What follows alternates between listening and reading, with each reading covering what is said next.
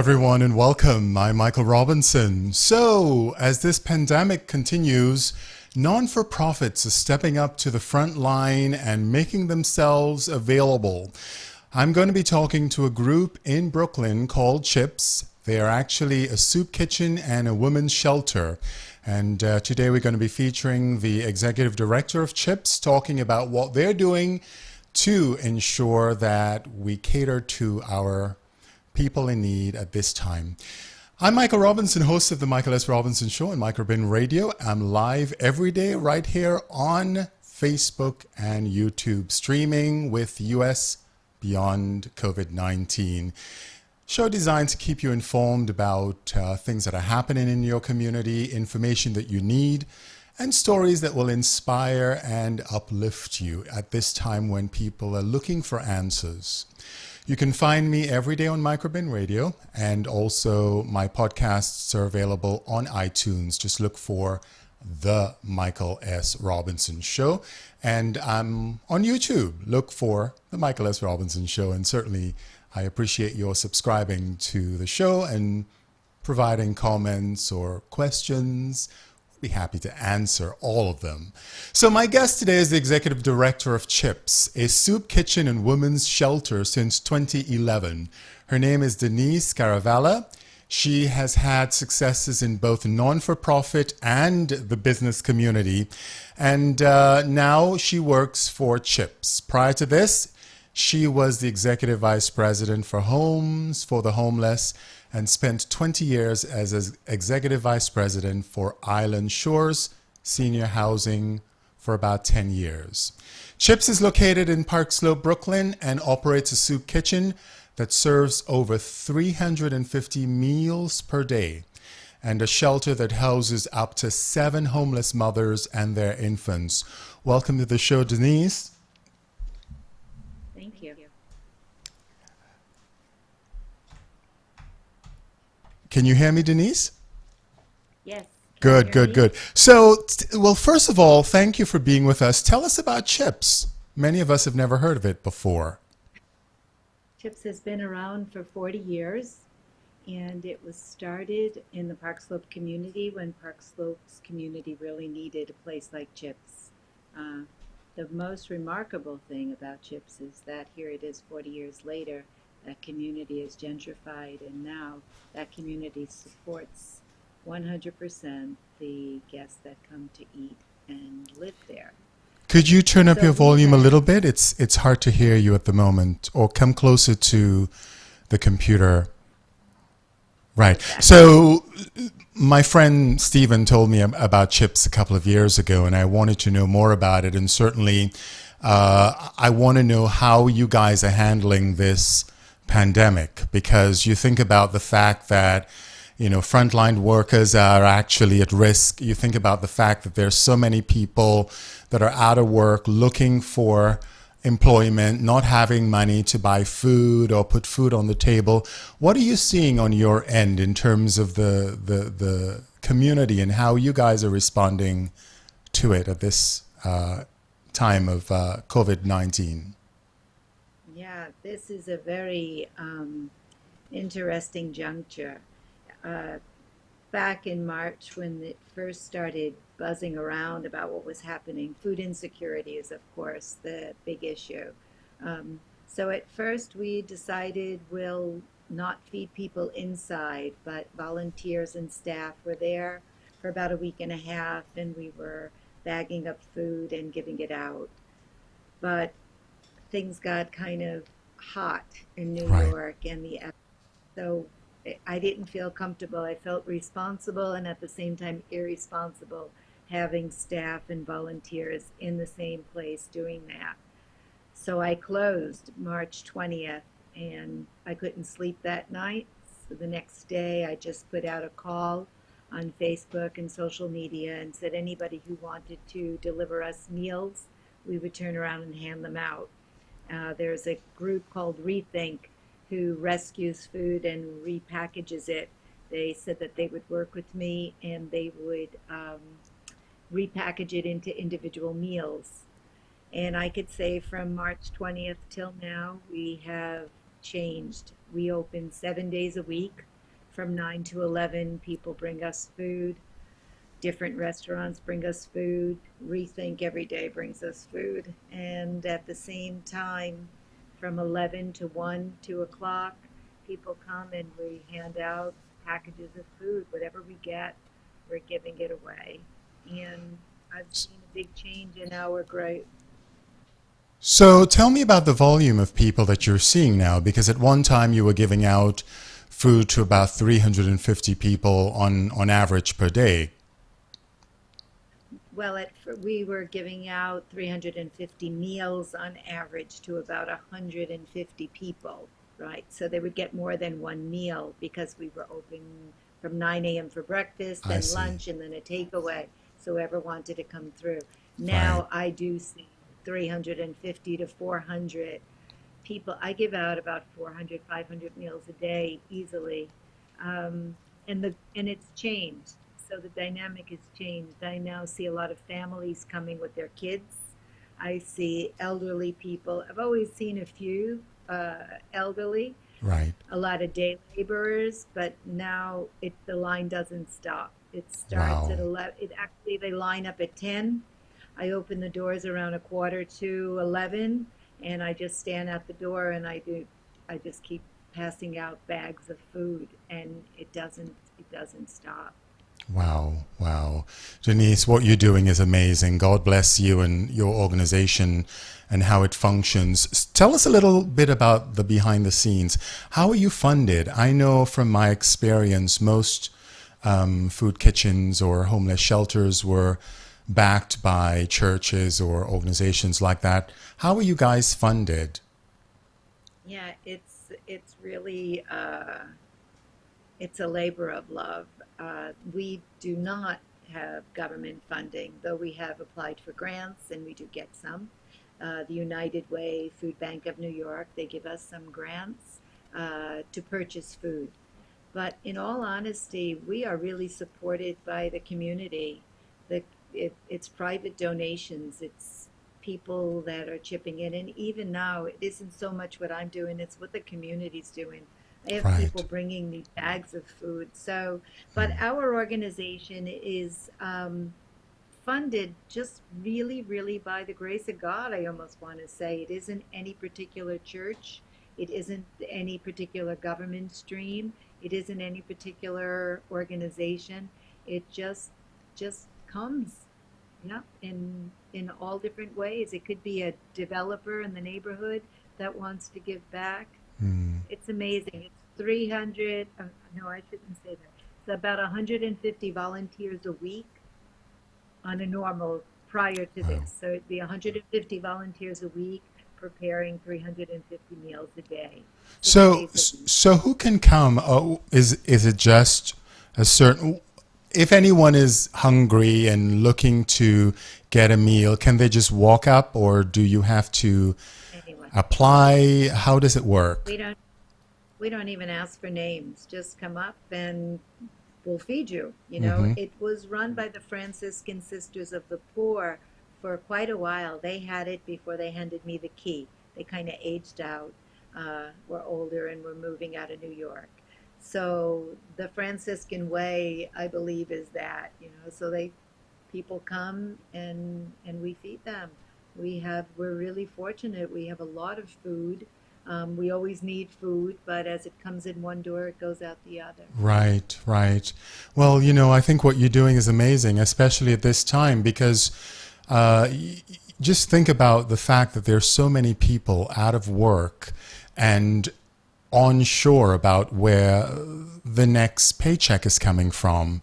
And I see the need for organizations like this to provide not just meals, but in some cases, probably shelter, because I'm sure that, this situation is not going to change overnight. How do you see yourselves evolving in terms of handling the volume of need that's going to arise moving forward?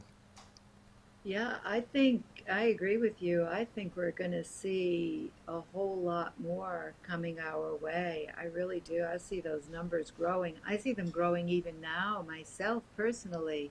And it's only the beginning, right? We don't know Right. Mm, when and what's going to happen. Our shelter is also not funded by Department of Homeless Services. It's right. also private. So, yeah, I don't know what's going to happen, but I can say that any excess food that we have, we're bringing it over to Coney Island and distributing it there where there is a big need, and they don't have a Chips in Coney Island. Right. So, I mean, it would be my greatest pleasure to be able to replicate what we do in Park Fantastic. Slope. Yeah. If you guys see me looking down a lot or looking around, I'm actually managing the studio by myself today. So I'm actually super proud of myself that number one, it's streaming, and number two, the stream is As actually impressed. working. So I'm super, super proud. And Denise, you're my test. So it's working. All right, let's talk a little bit about the homeless shelter portion of what you do because it's sort of like a two-part business model. You have the food pantry and then you have the homeless shelter. How does that work, and how many people do you are you able to service in that capacity? Yeah, it's really a lovely, lovely little place. So, Chips is just a four-story building. The first floor is the soup kitchen and the pantry, and then the second, third, and fourth floors for the moms. It's the residents. And we take moms that are in their last trimester, so 7, 8, or 9 months pregnant, and they can live with us for a year with their newborn. And Wow. absolutely anything they need, we will post, we'll go out and find. People are so generous, and who doesn't want to help a mom with a new baby, right? They're so sweet. The moms are really, really appreciative, and that makes us want to do more and more. And we do I as much as we understand. can. They get their own apartment, so it's really nice because they have a nice apartment. There's a house parents that live there, a house mother, and Ah, we call them the house parents. So they right. live there 24/7. It's like an RA in college, right? So Right. they have That's their own fantastic. apartment, So and they're there what is all the the time. volume of people that you can accommodate at any time? So there's 9 apartments. Seven Okay. of them are for the moms, and the other 2 apartments are for the house mothers. I see. Yes. Yes. So Very it's good. small. Because it's small, we get to intimately know them and Hmm. help them with their babies. So Hmm. it's really personal and very unique. Very unique. Yes. Yes. Yes. Now you talked about the pop-ups. Is that the packages that you give out to people who are coming to Chips looking for food? You just hand them a package. Is that how it works? Tell me Yeah, about we the call it a pop-ups.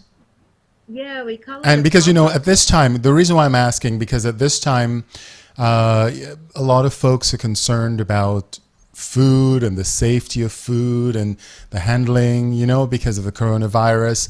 Can I catch it? You know, how does that work, and how do you protect yourselves and your clients from the potential of coronavirus? So it's only me, and Oh, I have wow.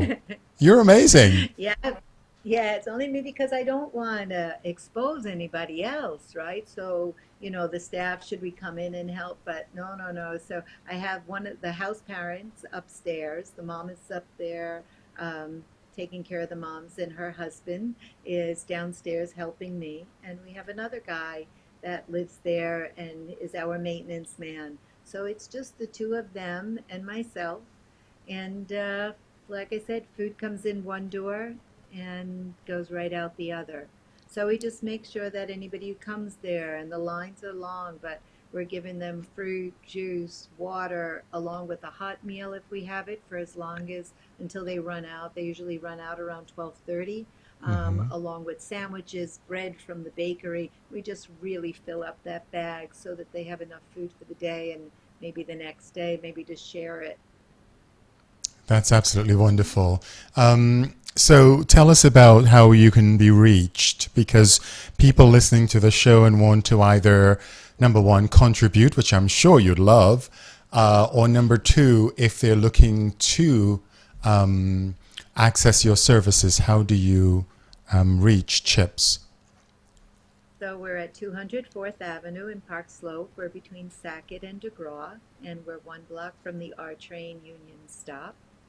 And, I have to say, I think it's such a successful model that's been created because people really want to do something, right? You're feeling kind of helpless. This thing Yes. is going on. You're home. You're not working. You don't know what to do for yourself. And sometimes it's nice to focus and be able to do something for others. So I think that's why this model has really been very successful. You know, we Right. have families coming, and what we do is we mask up, we have on gloves, we take in the food. People that bring us their food, they're labeling it. And then when we're packaging it, we won't serve anybody who doesn't have a mask. So we're Mhm. handing out masks all day long and asking them, please try to hold on to them. You know, a lot of our population are the street homeless, and we can't give them the cold food that needs to be cooked. Right. So it's those meals that we usually send to Coney Island at the end of the day because they're given to people that are living in the projects. They have a kitchen and they have a means for that. So Hmm. that's What what we about do. It's volunteers? every day. Are you ever looking for volunteers? When this is over, yeah, we'll be Yeah. back to our Hmm. volunteers. So every Thursday, the last Thursday of every month at 6 o'clock, and the second Thursday of every month at 9 a.m., we have an orientation for anybody who wants to volunteer. So Very anybody good. who needs our services, they can come or they can call. Anybody wants to help us by sending us some meals or sending anything on. We have an Amazon wish list. We're on Facebook and all social media channels at Chips Fourth Ave. That's your Facebook? Chips Yes. Fourth Avenue. Well, that's how you would find us on Facebook. I We're see. Chips Soup Kitchen and Women's Shelter. Oh, very nice. Very good. All right. So, what about expansion? Are you going to be thinking of expanding your services? You mentioned Coney Island, which is outside of Park Slopes, so it seems like you have a footprint there. Are you thinking of expansion to other communities? I don't know how the board would feel about that, but I personally would take that on as an endeavor because I could see the need. Food insecurity is a big issue for me. I've also started a project in the West Indies, so I was in Jamaica every 6 weeks for the last 2 years, trying to help them with a model for food insecurity down there. So personally, I will always be looking to do something in Right. addition to what Well, we tell do. the board that the gentleman that interviewed you said that they should think about expansion. It's a good thing. And it's a good thing. And I really wanted to thank you for today because I don't know if you know that it's Giving Tuesday all over. Yes, yes, yes. Yeah, so to be So on your I'm show on I am Giving so glad Tuesday. that you're able to talk about what you do to, people who are listening, and to be able to showcase your business, because to me it is very important at this time. I mean, sometimes I sit and think about the devastation, the economic devastation that's happening as we speak and will continue to happen moving forward. I mean, not to mention the health and physical devastation that we're all dealing with the virus, but just economically, so many people are struggling to make ends meet or figure out what the future is going to be. And being able to know that you can go to a place and get a hot meal or some sort of reprieve is very, very comforting. So thank you for what you do. Thank you guys for being on the front line, helping so many people who desperately need the help. Thank you very much. Happy to be there. Thank you. My pleasure. That's Denise Scaravella, and the organization is called CHIPS, and they're in Park Slope, Brooklyn. And I thank you all for joining me today. It has been a pleasure to have your company as we come to the end of another show. I know this one was short, but hopefully it was sweet. Don't forget to write me, tell me your thoughts, any questions, any comments. Certainly welcome. Until next time, I'm Michael Robinson. It's your time. Use it wisely.